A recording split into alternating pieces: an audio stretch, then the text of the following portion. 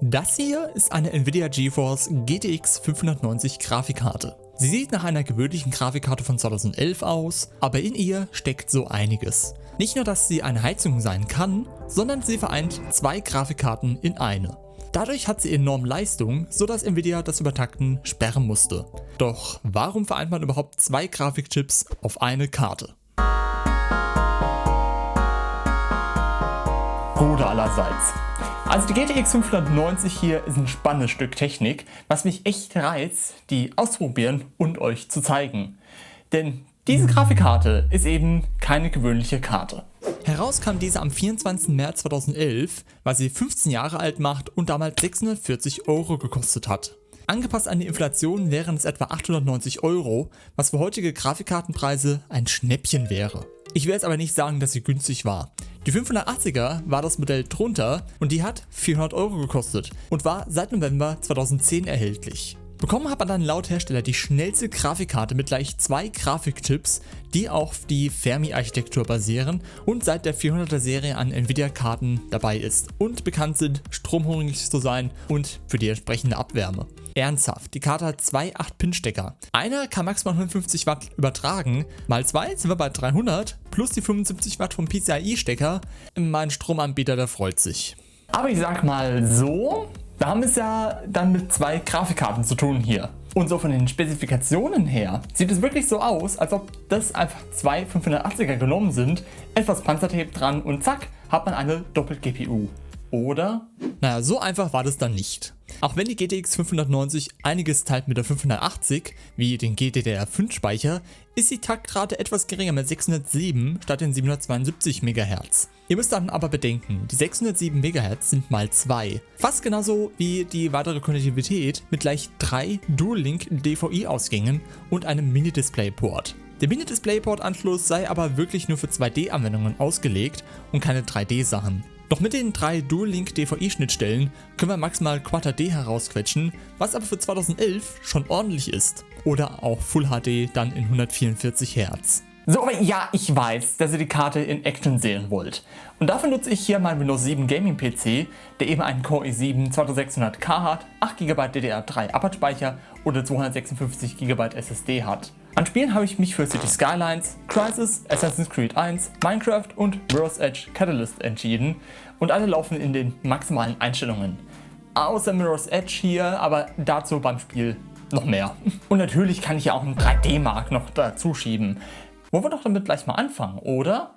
Im 3D-Mark 2011 ist zumindest eine Lautstärke mit der 580 bei etwa 52 dB und einem Score von 6518 Punkten. Mit der 590 sind es 5354 Punkte und etwa 55 dB an Lautstärke. Ja, okay, das ist ja schon komisch. Aber das zeigt sich auch in den Spielen. In City Skylines hat die 580 etwa 30 Bilder die Sekunde hingekriegt.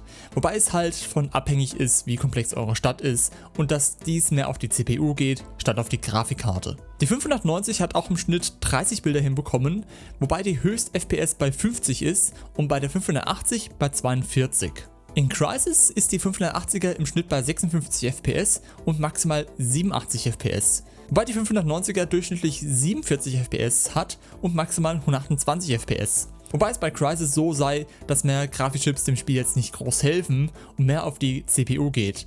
Aber bevor ich geflutet werde an Kommentaren, ob das Spiel auch drauf läuft, nimmst du das lieber rein. Bei Assassin's Creed ist es ähnlich. Die 580 schafft 165 Bilder, während die 590er nur 125 Bilder im Schnitt schafft. Wobei ich finde, dass bei der 580er manchmal ein paar Frame-Drops mehr sind. Gut, die beiden Spiele würden wahrscheinlich hier theoretisch gesehen auch auf meinen XP-Rechner laufen, mit schwächerer Hardware. Minecraft 1.5.2 hatte ich auf dem Rechner drauf gehabt und hatte mir gedacht, das auch zu testen.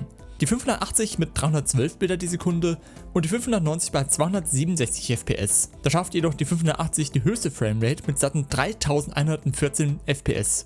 Also so sagt mir Framestars in seinem Bericht. Mirror's Edge Catalyst ist auf der Hardware eigentlich nicht unterstützt, doch mit den mittleren Einstellungen mal hat die 580er mit 75 FPS die Nase vorne, statt von der 5090 mit 33 FPS. Wie gesagt, eigentlich nicht unterstützt von der Hardware, da ein i3 der dritten Generation und eine GTX 650 Ti mindestens wären für das Spiel. Oder auf einer PS4, Xbox One oder auf meinem Steam Deck läuft das auch drauf, die dann wohl auch vom Stromverbrauch geringer sind. Mit der Lautstärke habe ich es eben schon erwähnt. und man hört es, da sie lauter ist mit 3 dBA mehr, was auch bei allen anderen Geräten und so etwa doppelt so laut ist. Hier halte ich ein Mikrofon etwa 10 cm vom PC entfernt, wenn die 590 einen Grafiktest macht.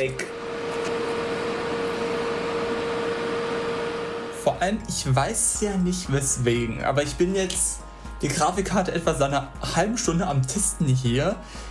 Und ich meine, klar, wir haben Sommer aktuell, sind wir schon bewusst, ja. Aber ich habe irgendwie das Gefühl, dieser Raum tut sich hier aufheizen. Ja, weil die Grafikkarte einfach so viel Abwärme abgibt und auch laut ist, wo ich echt den Verdacht habe, dass die hier eine gute Heizung darstellt.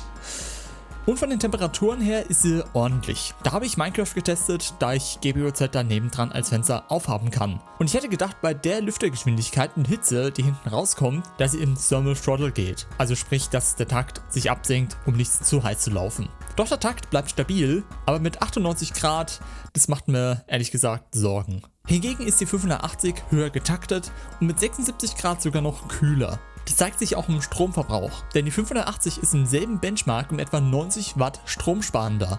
Die GTX 590 soll das Topmodell sein der Reihe, aber von meinen Tests hier ist da irgendwie nicht zu sehen. Wo ich mich frage, warum diese Karte überhaupt existiert, wenn sie denn langsamer ist, stromfressender ist und mehr heizt, wie Leistung zu bringen. Na, das kann man sich über jedes SLI-Setup fragen, denn das ist sie, die 590 im Endeffekt. Ich habe nachgelesen und viele sagen, dass es aufgrund der niedrigeren Taktrate eher 2 GTX 570 Karten im SLI sind. Und auch wenn wir uns fokussiert haben auf die durchschnittlichen FPS-Angaben, was ich finde eher interessant ist und man eher haben wird als immer die höchste, ist es eben bei diversen Games die 590 in höchsten FPS besser. Auch die ersten Doppel-GPU-Karten wie die 9800 GX2 sollen richtige Rekorde gebrochen haben. Ja, da fehlt mir aber die Karte hier zum Testen. Aber am Ende ist es bei der 590 das SLI schuld, da es bis heute mit Mikrorucklern zu kämpfen hat und eben, dass wir hier gesehen haben, auch nicht mehr so einen großen Unterschied macht.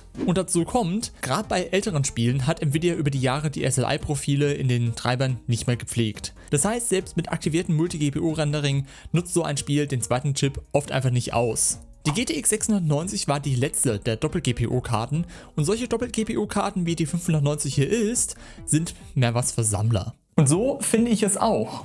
Klar, es ist cool halt auf der Karte 2 GPUs arbeiten zu haben, aber es ist von den Tests und so, die ich euch gezeigt habe, es ist einfach nicht gut genug. Wenn ihr euch einen Retro 2011 Gaming-PC bauen wollt, wie ich ihn hier habe, dann holt euch einfach die 580. Da habt ihr mehr von und die 590 ist aufgrund, dass diese für Sammler mehr was ist sie halt auch so nach und nach im Sammlerwert. Wenn ihr an so Computersachen und weiteres von mir nicht verpassen wollt, dann abonniert mich doch oder hier findet ihr jetzt mein letztes Video und hier ein Video, warum die Turboknöpfe absoluter Blödsinn waren. Und ich sag da mal so, man sieht sich.